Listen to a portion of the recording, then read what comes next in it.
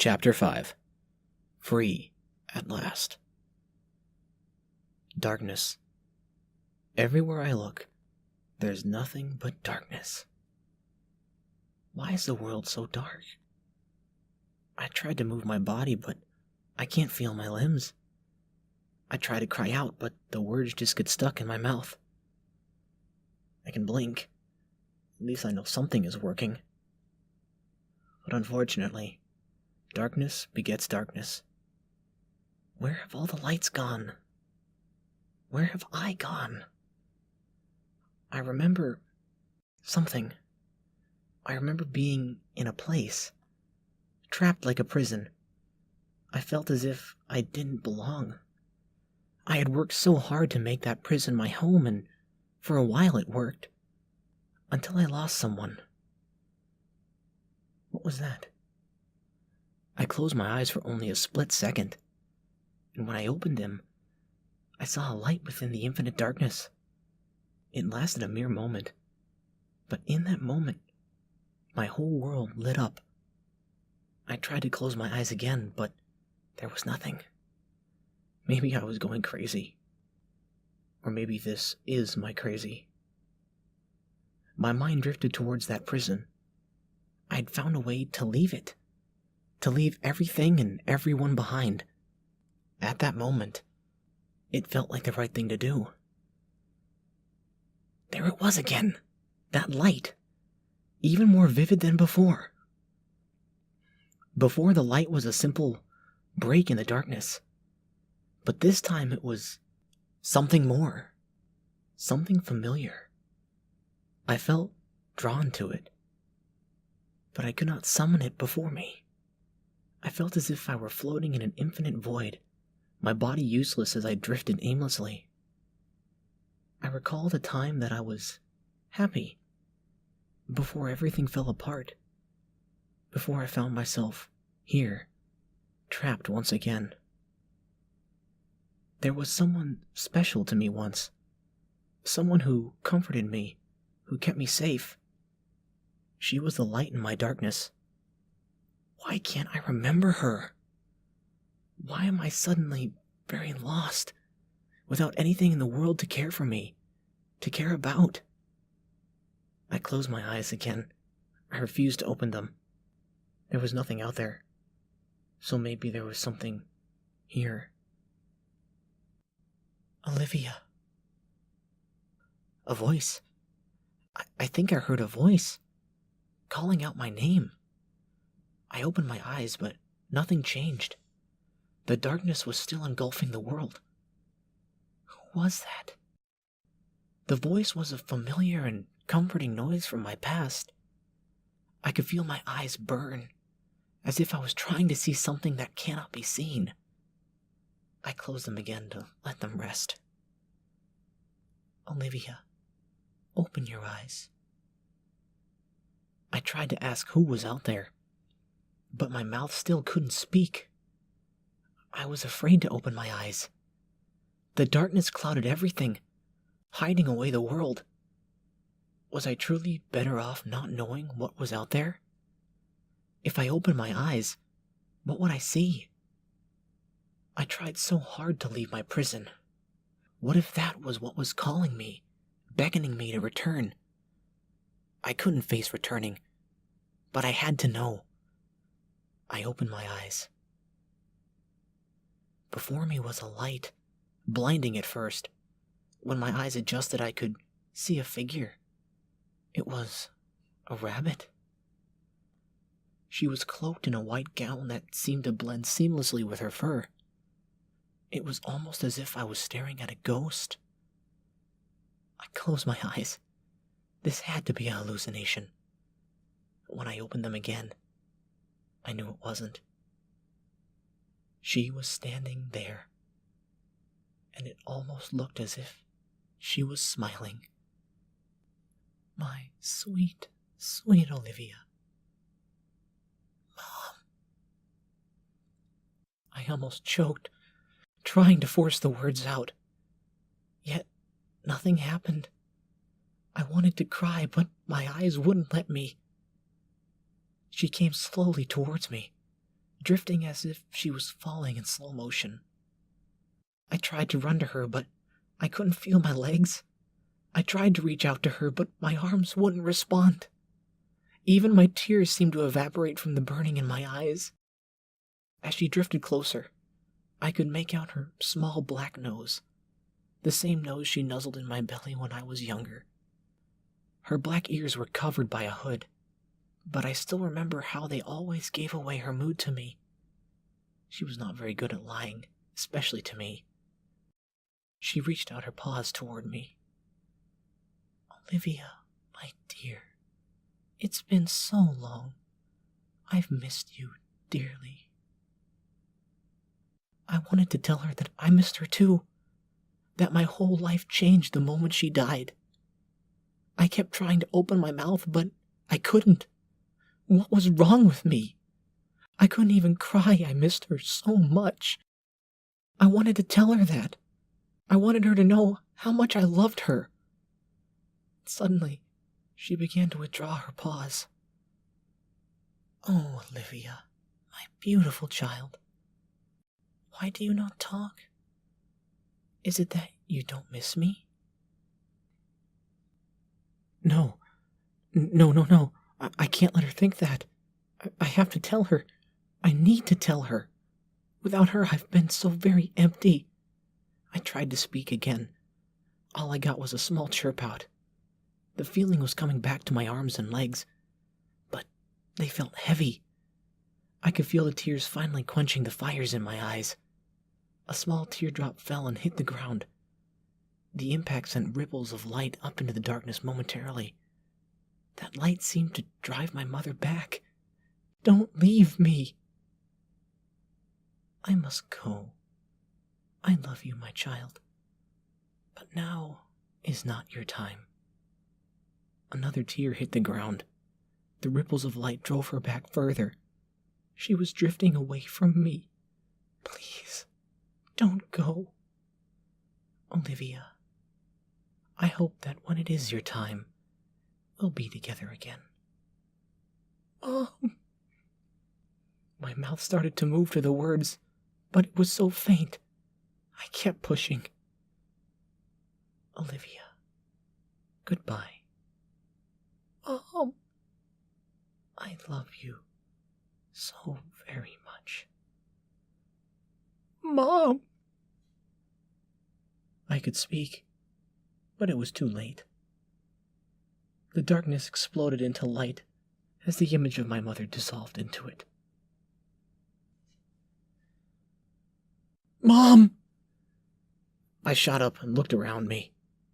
My eyes slowly adjusted as I looked from my mother. In front of me floated Onion, and behind him was a giant door with the number 76. "I'm afraid your mother is no longer with us. Although, if she were still alive, I'm sure her objections to this whole thing would have actually gotten through to you." "Glad to see you too, Onion." It was just a dream. I looked down at the rags I was laying on and saw some of the darts sitting on the ground next to me. What the hell had they put in those things? How long was I out? "About 3 hours, miss. I tried to find some help, but it seems we're trapped." "What do you mean, trapped?" "Well, I tried to contact those inside the Burrow, but either the communications link is down, or they didn't want to speak to me. And the other end of this ghastly tunnel is some sort of barricade. I simply don't have the proper tools to assist you better." I chuckled to myself. Even if he did get through to the Burrow, they wouldn't have been able to do anything, since I kinda changed the Overseer's emergency override code. I didn't want to go through all this just to have them reopen the door and drag me back. Plus, they should be glad. If it's really as dangerous as they made the outside world to be, I'm sure they wouldn't want it ruining their perfect little home. I started to get up, but my legs felt like they were being stabbed with 1,000 needles. "Onion, can you help me up? I can barely feel my legs. I think I need to walk around to restore circulation before they fall off." "Aren't you being a little overdramatic, miss?" Onion said as he hovered low enough for me to grab onto one of his limbs. When I got up, I hobbled a bit, kicking each leg in an attempt to get my blood flowing. I decided to take a better look around at my surroundings. It was still a bit dark, with only 2 small spotlights pointed at the door. I stood in front of it, and was finally overcome with how large it was. It had to be at least twice my height. Why would such a large door be needed for such small residents? Both lights converged to highlight the 76 that was painted on the golden yellow door. I decided to look around my immediate area. There was a thick layer of grayish dust over everything. I saw something poking out. It was a small wooden sign. It had the words, "Let us in, you bastard," painted in bright red. I saw another nearby that said, "We're all doomed." I went to pick up another that was facing down, but it seemed stuck on something. When I finally pulled it free, I froze. Dangling on the other end of the sign's handle were the skeletal remains of an arm. "Onion?" "What is it, miss? Oh, dear. I told you this place was ghastly. It's like that all the way up the tunnel. I've never seen anything like it." I was about to say something when I heard a beep come from my Pip-Boar. I turned down to it and saw I had received a new message. A message from who? I activated the messaging program and my jaw dropped when I saw the sender's name.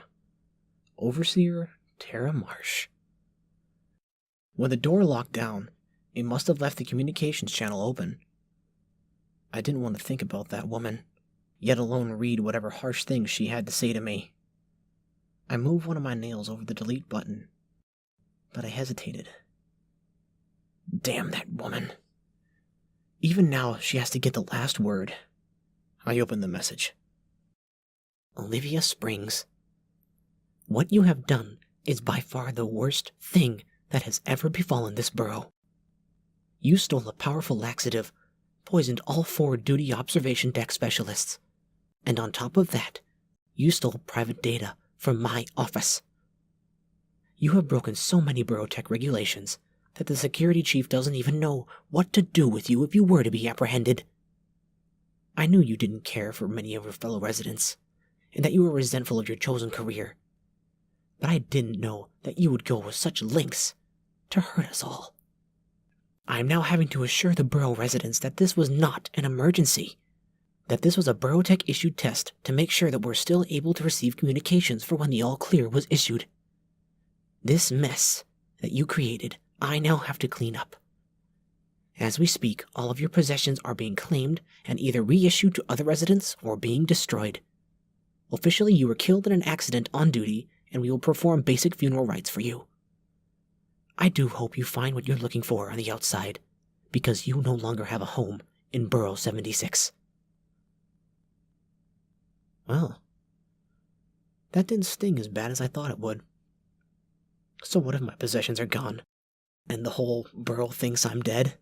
Not like I would ever be going home, even if she did allow me. No, I think this is for the best, for all of us. I just wish I could have seen the look on Heather Trope's face when she finds out that she no longer has someone to do all the crap work. I clicked the reply button. I wanted to say something, but wasn't sure what. I really didn't want her to have the last word, even if it was a pointless gesture. Unfortunately, I'm unable to find the active communications link to the borough. Either the lockout finally cut communications, or the overseer did. Either way, I was not going to let this bother me. I tapped the delete button and closed the messaging application. Time to find a way out of this horrid place. What was that, miss? Nothing to worry about, Onion. Now, what was this about a barricade? The barricade was about a 10-minute hike through a very winding tunnel. Along the way, we saw skeletal remains of various species, most of them still wearing the clothes they had died in. While the burrow consisted of only rodents and rabbits, I was familiar with other species from books. I saw the bones of an equine, although it was impossible to tell if it was a horse or a zebra. There were the skulls of what looked like a tiger or other feline, the bones of 2 large ones and one smaller one huddled together in a corner. Must have been a family. What type of horrors happened all those years ago? There were barely any working lights in the tunnel, so I had to turn on the light that was built into my pit bore. They thought of everything. Occasionally there were posters on the walls. Some were torn and faded, but others were still legible. One of them had a picture of a gazelle, if I recall, with the word Zootopia, where anyone can be anything, written below it. Sounds like my kind of place. If it still exists, that is. To be honest, I don't even know where the Burrow was even located. For all I know, I could be on the other side of the world from Zootopia. Guess Burrow Tech didn't think it to be relevant enough to include in their guides. Hey, Onion, how much further is it? My feet are getting sore from trying to avoid walking on bones and other potentially harmful debris. Not much farther, miss. Unfortunately, it gets worse the closer we get. Great. Well, at least the dead can't hurt me. And it was a good thing, too. When we got to the barricade, there were at least 12 skeletons lying on the ground, huddled together. Looked like a few canines, probably wolves, or maybe a fox. I also saw some rodent skeletons, a couple rabbits, and another equine. The wall of, how should I put this, junk that had been constructed into a crude barricade was made up of benches, cinder blocks, large pieces of plywood, and other things completely blocked the entrance save for a few cracks and light shone through. I tried to pry one of the cinder blocks off, but it was jammed in there good. Despite being very haphazard, it was pretty efficient barricade. But what was it for? I told Onion to try to find anything that could help us. The actuators on his arm wouldn't be strong enough to force their way through, so we needed some type of leverage. Against my better judgment, I grabbed a large bone and tried to use it as a pry bar in one of the small openings. Either the wall was too strong or the bone was old, but as soon as I put a small amount of pressure on it, it snapped in two. As I was searching the area, I caught something out of the corner of my eye. It was half buried under some debris, but its bright orange color stuck out among the dingy mess. I bent down and plucked it off the ground. It resembled a carrot, but it was much bulkier and made of some sort of plastic. I shook it and heard a small rattle inside. On one of the sides was a small oval with a slit in the plastic. The rattle seemed loudest from there.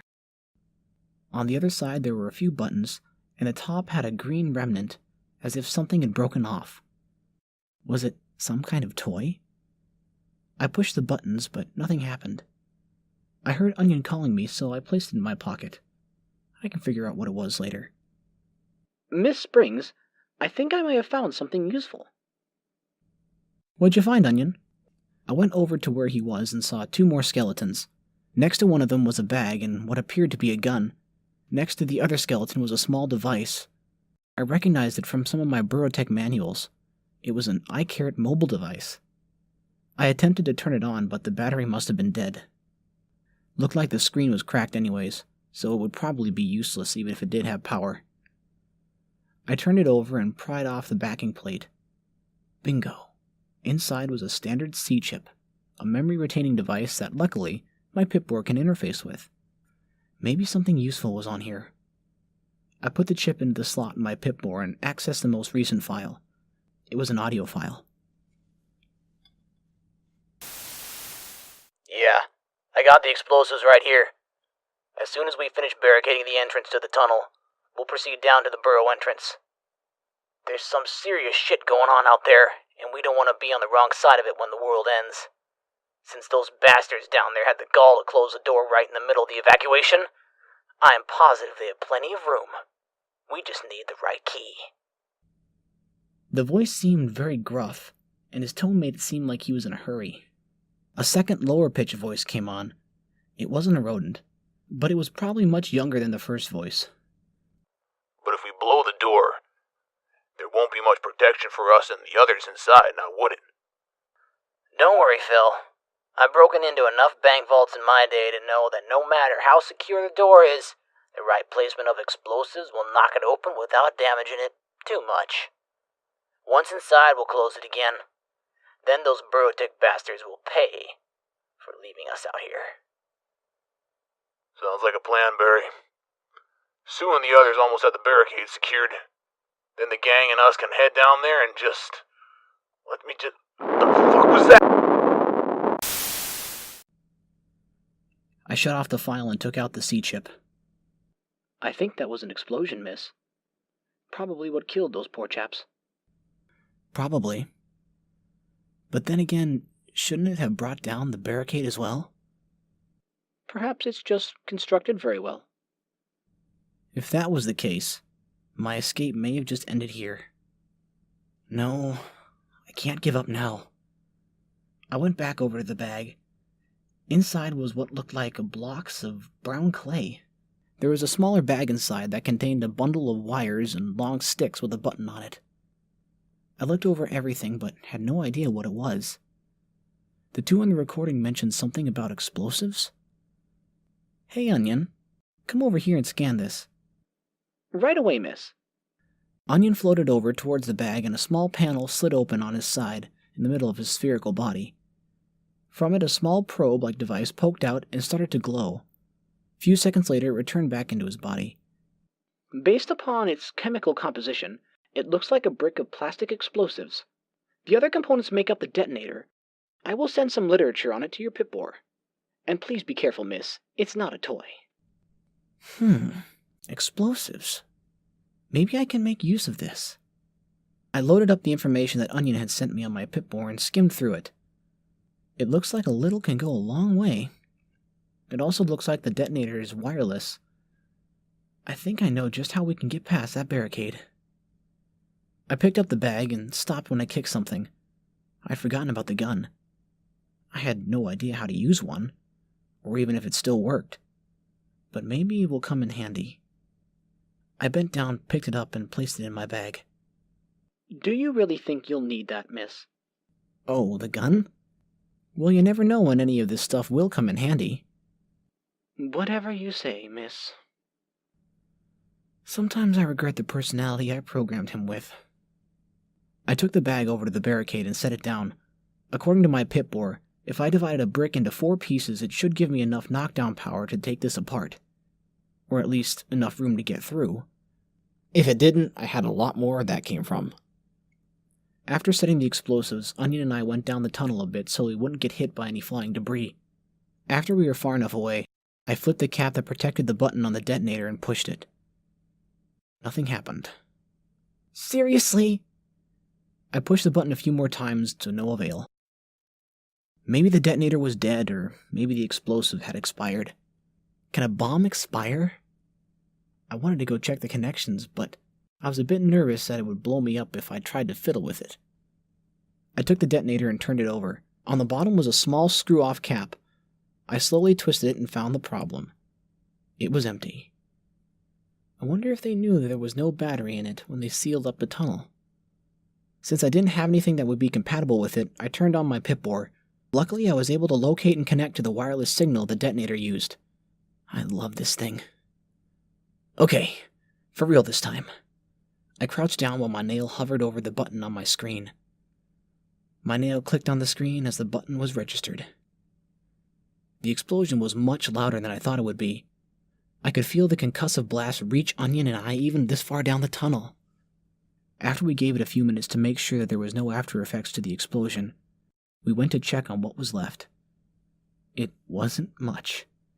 The explosives not only blew a hole in the barrier, but there was barely anything left of it. 1 block of explosives did that? I still had at least 9 more. I think I'll be keeping them.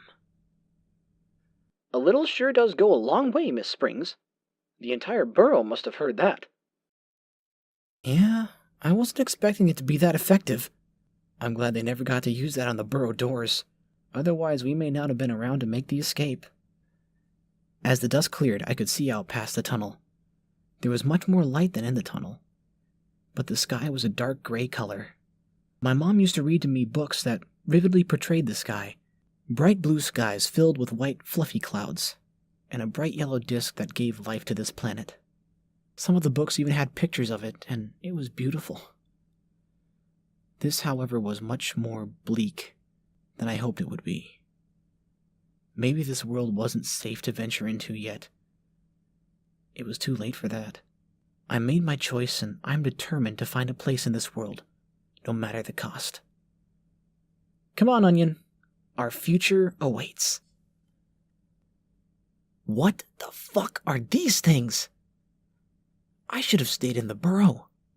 There were monsters in there, but at least I knew them. These things, I have no fucking clue what they are. But I did know they outnumbered us at least 20-1. It started quiet, a bit too quiet when we left the tunnels. There were many more skeletons on the other side of the barrier, and this time there were larger mammals as well. I could make out an elephant and even a giraffe among them. They were obviously much too big to fit in the burrow, yet alone in the tunnels leading up to it, it seemed that whatever killed those inside killed them too. Then we found the other bodies. Unlike the skeletons in and around the tunnel that had no sign of fur, skin, or any other tissues, these bodies looked like they came straight out of a horror movie. Their fur was gone and many of their appendages were missing as well, but they retained much of their skin and muscles, making them look like zombies. The first time I saw a dead mammal walking, I was only 6 or 7, way too young for it. But my mother said it was a classic, and that I should learn all history and even the cinematic ones. I couldn't sleep without the lights on for an entire year. Now I felt like I was living the movie. At first there only seemed to be a few of them, and they were moving pretty slow. Onion got the bright idea of trying to talk to one, but that only led to it trying to take a bite out of him. Many of them had scraps of clothing, remnants of a bygone era, while some of them were completely naked. I saw one that might have been a wolf, attempting to limp on one leg. It kept getting up, walking a few steps, and then falling just to repeat it over and over. I would have found it funny if they weren't trying to eat us.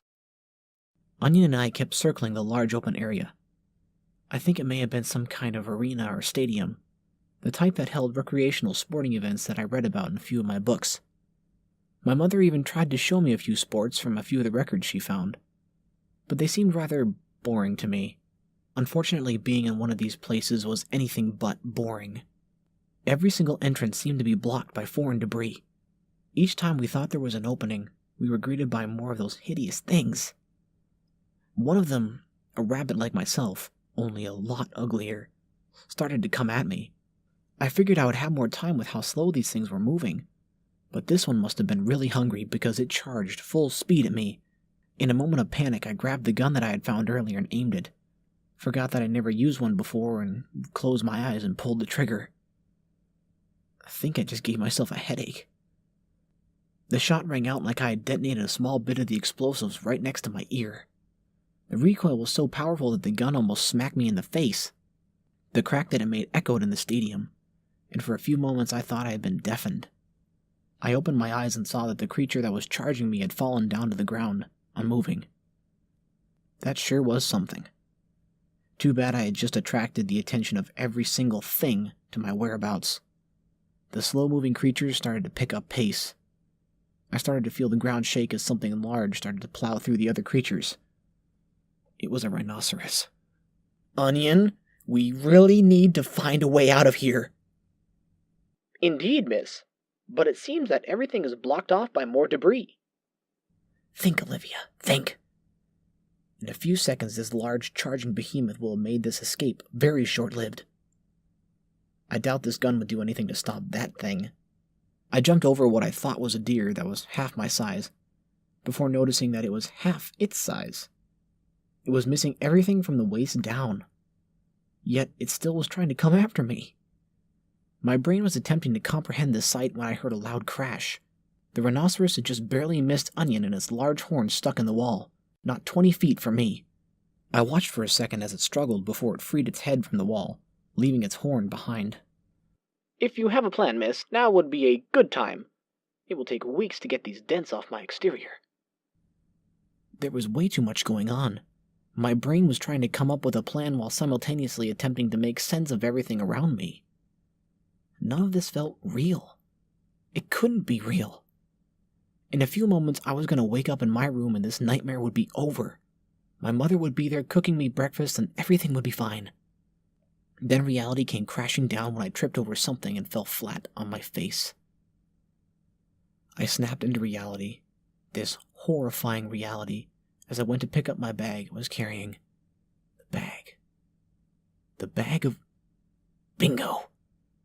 Onion, I have a plan, but I need you to distract these things. Well now, how would I go about doing that, miss? Most of them seem well too eager to make your acquaintance. Play a song, Onion, the loudest thing you have. My mother had a thing for classic music, such as the works of Beethoven. I, however, preferred something a little bit more rambunctious. Iron Moose's Fear the Savage started to play from Onion's speakers. He had it on as loud as he possibly could, and it worked. The music's chorus echoed through the large building and everything turned towards its origin. This should buy me enough time. Without hesitating any more, I ran along the outer wall until I found what I was looking for. Right in front of me was what looked to be a giant scoreboard that had fallen and blocked off what was, hopefully, a way out. There was a hole large enough for me to peer through, and with a quick shine of my pip-bore light, I saw that it was indeed the exit I was looking for. I took another brick of the explosives out, broke it into small pieces and placed it along the sign. I popped the detonator in, and launched the wireless detector device on my pip-bore. I was ready. But then it occurred to me, even if this worked, what would stop them from following us? I took a look at the bag of explosives. There were about 6 blocks left.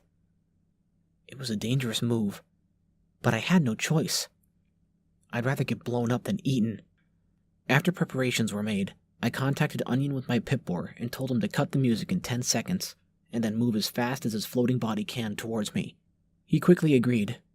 I think he was getting annoyed at being a target, even if he couldn't feel anything from the creature's attacks. I took the bag and ran towards the downed steel beam and ducked behind it for cover. 3, 2, 1. The music cut out right before a loud boom. While the explosion didn't seem as loud as the one earlier, it was loud enough to catch the attention of everything chasing Onion. Onion was heading towards me, but so was everything else. Just as I had planned.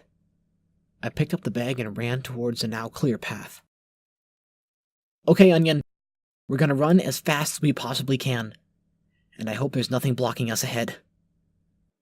What about the encroaching mass behind us? I got that covered. I dropped the bag a few feet into the tunnel without breaking speed, and started to count in my head. 10.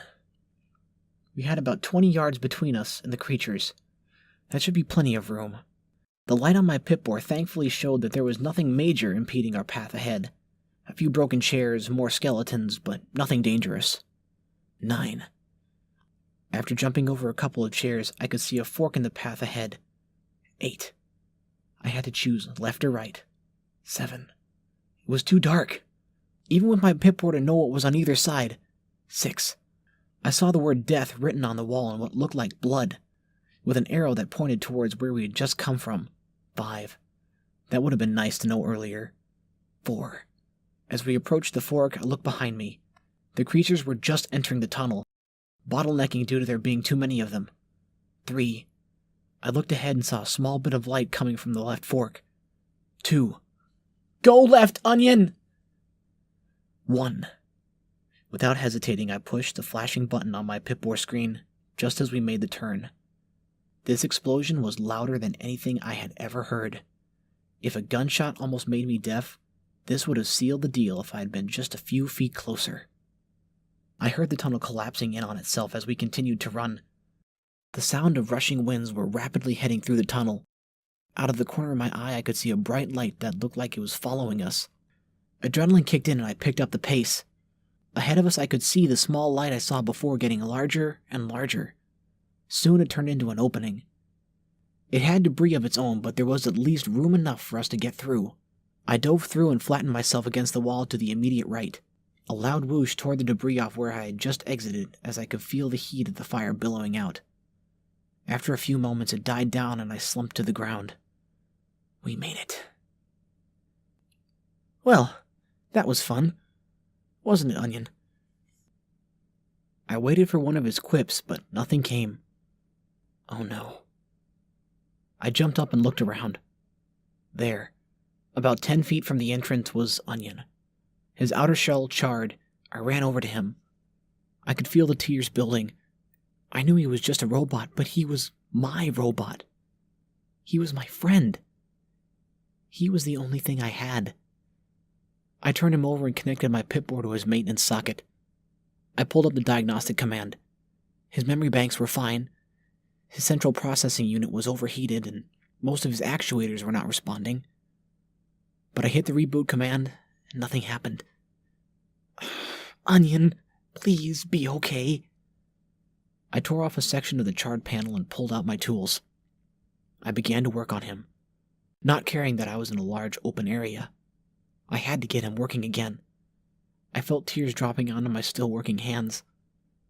One and another and another. They started to fall fast as I continued to work. Every time a drop hit one of his circuits, there was a small hissing noise as it evaporated. I checked my Pip-Boy again. No response. I pulled out some of his fried circuits and replaced them with what I had. More and more drops fell. Suddenly I heard a beep from my Pip-Boy. Reboot initializing. Thank you. Thank you. I wiped away my tears so Onion wouldn't see me crying. I must have been crying for a while because my fur started to feel damp. Then I saw the light on Onion's antenna array start to flicker. I heard the buzzing of his internal gyroscope kick in as he started to float upwards. While he had no apparent eyes, with all his cameras and sensors being obscured by the pattern of his outer shell, I knew he was looking right at me. Miss, it's raining. I looked up just as a raindrop hit my eye. The rain was coming down hard now. I never noticed it. My fur, clothes, everything was soaked. At least he couldn't see me cry. I jumped up and grabbed him, holding him in my arms. Miss Springs, are you okay? I put myself into emergency shutdown, and now my circuits are getting waterlogged. Everything is fine. Let's go find some shelter from this rain.